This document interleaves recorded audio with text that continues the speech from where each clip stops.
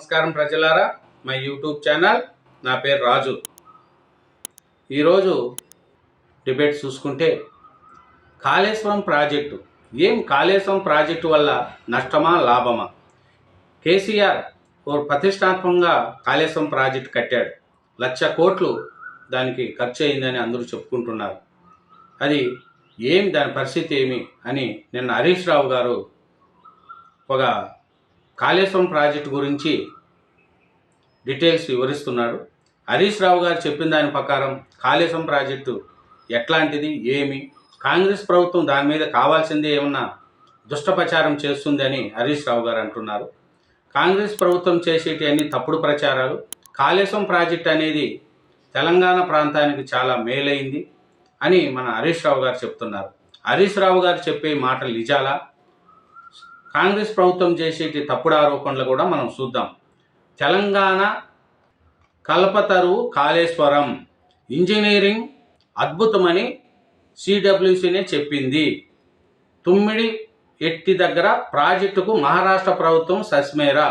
అందుకే ప్రత్యామ్నాయం కేంద్ర సంస్థ ఎంపిక చేసిందే మేడిగడ్డ. మేడిగడ్డలోని 85 పిల్లర్లతో కుంగినవి 2.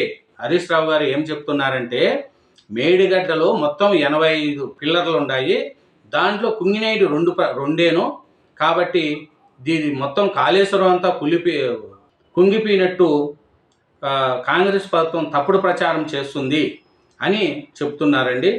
ఎందుకంటే ఈ కాళేశ్వరం ప్రాజెక్టు వల్ల కూడా మన హరీష్ రావు గారు, కేసీఆర్ కుటుంబం బాగా సంపాదించుకున్నారు. దీంట్లో కమిషన్లు బాగా తిన్నారు. కాబట్టి ఈ కాళేశ్వరం మీద ఇంత వ్యతిరేకత వస్తుంది అంటే కారణం దీంట్లో తిన్న 1,000 కోట్లు.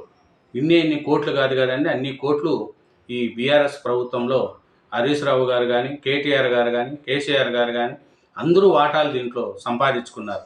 ఈ కాళేశ్వరం మంచి ప్రాజెక్టు. దీనివల్ల వచ్చినాయంటే ఎంత నీరు వస్తుంది? దీనివల్ల 1,00,000 కోట్లు ప్రజల డబ్బు పెట్టి కట్టారు కదా, దీని మీద ఏమొస్తుంది? ఈ కాళేశ్వరం ప్రాజెక్టు మంచిదా చెడ్డదా అనేది హరీష్ రావు గారు చెప్తున్నారు. హరీష్ రావు గారు చెప్పేది ఏముందండి? హరీష్ రావు గారు ఆయనకు అనుకూలంగా చెప్తారు, ఈటల రాజేందర్ గారు ఆయనకు అనుకూలంగా ఆయన చెప్తారు. ఇప్పుడు ఈ ప్రజల సొమ్ము ఎవరు తిన్నట్టు? ఈ కాళేశ్వరం ప్రాజెక్టు వల్ల ఏమన్నా లాభాలు ఉన్నాయా? ఈ కాళేశ్వరం ప్రాజెక్టు ఎవరికి మేలు చేసిందంటే బీఆర్ఎస్ పార్టీలో ఉండే కొంతమందికి మేలు చేసింది అని అందరికీ తెలుసు. అందువలనే ఇప్పుడు రేవంత్ రెడ్డి గారు దీని మీద ఈ చిన్న సొమ్ము, ప్రజల సొమ్మును కక్కియడానికి కమిషనర్ వేసి దీంట్లో ఉండే వాస్తవాలను ప్రజలకు చెప్పడానికి రేవంత్ రెడ్డి గారు ముందుకెళ్తున్నారు. ఈ కాళేశ్వరం ప్రాజెక్టు మన హరీష్ రావు గారు చెప్పినట్టు హైదరాబాద్కు 30 టీఎంసీలు, జనగామ, కరీంనగర్, మేడ్చల్ల తదితర జిల్లాలకు 10 టీఎంసీలు, పరిశ్రమలకు 16 టీఎంసీలు అవసరం అవుతాయి.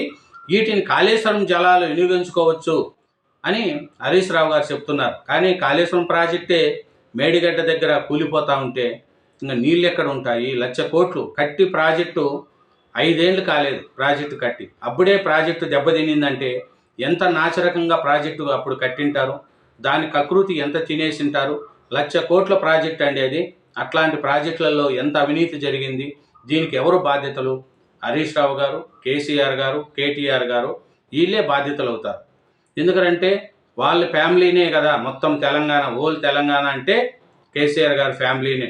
ప్రతి ఒక్క ఏదైనా ఒక ప్రాజెక్టులు కావచ్చు, ఏదైనా చేయొచ్చు, కానీ వాళ్ళ కుటుంబమే దానికి బాధ్యత వహిస్తుంది. ఎందుకంటే తెలంగాణ అంటే వాళ్ళ కుటుంబం, బీఆర్ఎస్ అంటే వాళ్ళ కుటుంబం. తెలంగాణ ఏర్పడి నుంచి ఇప్పటి వరకు ఎన్నో లక్షల కోట్లు సంపాదించుకొని ఉంటారు బీఆర్ఎస్లో ఉండే కొంతమంది నాయకులు. దీంట్లో అతిథులు ఏం కాదు. కేటీఆర్ గారు కానీ, హరీష్ రావు గారు కానీ, కవిత గారు కానీ వీళ్ళందరూ కూడా కాళేశ్వరం ప్రాజెక్టు పేరు చెప్పుకొని ఏటీఎం లెక్క వాడుకున్నారు. దీని మీద మన సీఎం రేవంత్ రెడ్డి గారు ఒక కమిషన్ వేశారు, కాళేశ్వరం కమిషన్. ఈ కమిషన్తో నిజాలన్నీ బయటపడతాయి. ఇప్పుడు ఈటల రాజేందర్ గారు కమిషన్ ముందర హాజరయ్యారు, అట్లే హరీష్ రావు గారు హాజరవుతారు, కేసీఆర్ గారు కూడా హాజరవుతారు. హాజరైన తర్వాత దీని పరిస్థితి ఈ కాళేశ్వరం ప్రాజెక్టులో ఎంత తిన్నారు, ఎవరెవరు ఎంత తిన్నారు, దీని తెలంగాణ ప్రజల సొమ్ము ఎలా తినేశారు అనేది కూడా మొత్తం బయటపడతాయి. ఇది కాళేశ్వరం ప్రాజెక్టు ఎవరికి ఏటీఎంగా మారింది అనేది ప్రజలకు అందరికీ తెలుసు. 10 ఏళ్ళు పరిపాలించిన బీఆర్ఎస్ పార్టీ ఎన్నో ప్రాజెక్టుల పేరు చెప్పుకొని తెలంగాణను చాలా అప్పుల పాలు చేసేసింది. ఇప్పుడు వచ్చిన రేవంత్ రెడ్డి గారు దాన్ని అప్పులు తీర్చుకోలేక చాలా బాధలు పడుతున్నారు. నెలకు 7,000 కోట్లు మిత్తి కడుతున్నాడు బీఆర్ఎస్ పార్టీలో చేసిన అప్పులకు. రేవంత్ రెడ్డి గారు తెలంగాణ అభివృద్ధిని కోరుకుంటూ ఉంటే 10 ఏళ్ళు పరిపాలించిన బీఆర్ఎస్ పార్టీ మొత్తం రాష్ట్రాన్ని సర్వనాశనం చేసింది. ఎందుకంటే కాళేశ్వరం ప్రాజెక్టు పేరు చెప్పుకొని ఎన్నో చేశారు, కానీ తెలంగాణ ప్రజలకు ఏమిచ్చారు? డబుల్ బెడ్రూమ్ అని చెప్పి 10 ఏళ్ళు గడిపారే తప్ప ఏమీ ప్రజలకు మేలు చేయలేదు. డబుల్ బెడ్రూమ్ ఇస్తామని చెప్పి హైదరాబాద్ ప్రజలు అవుతే ఎంతోమంది అప్లై చేసుకున్నారు. ఎవరికీ డబుల్ బెడ్రూమ్ ఇల్లు రావట్లేదు, ఎవరికీ ఇవ్వలేదు.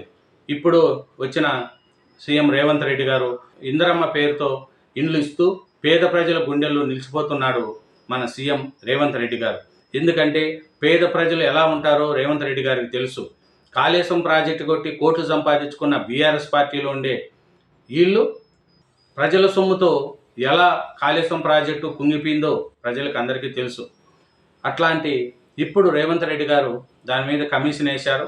ఎవరు ఎంతెంత తిన్నారు? ఈ మేడిగడ్డ వల్ల ఎవరికి నష్టం? ప్రజలకు నష్టం, తెలంగాణ బిడ్డలకు నష్టం, తెలంగాణ ప్రజలకు నష్టం.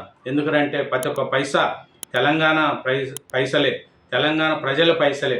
ఆ డబ్బులు తీసుకొని పోయి కాళేశ్వరం ప్రాజెక్టు కట్టి ఎంతో మందికి నష్టం చేశారు. ఎంతో ప్రజల సొమ్ము అది. కానీ రేవంత్ రెడ్డి గారు దీని మీద ఒక కమిషన్ వేసి దీంట్లో జరిగిన నష్టాన్ని, ప్రజల సొమ్మును ఎవరెవరు తిన్నారనేది కక్కియడానికి రేవంత్ రెడ్డి గారు ముందుకెళ్తున్నారు.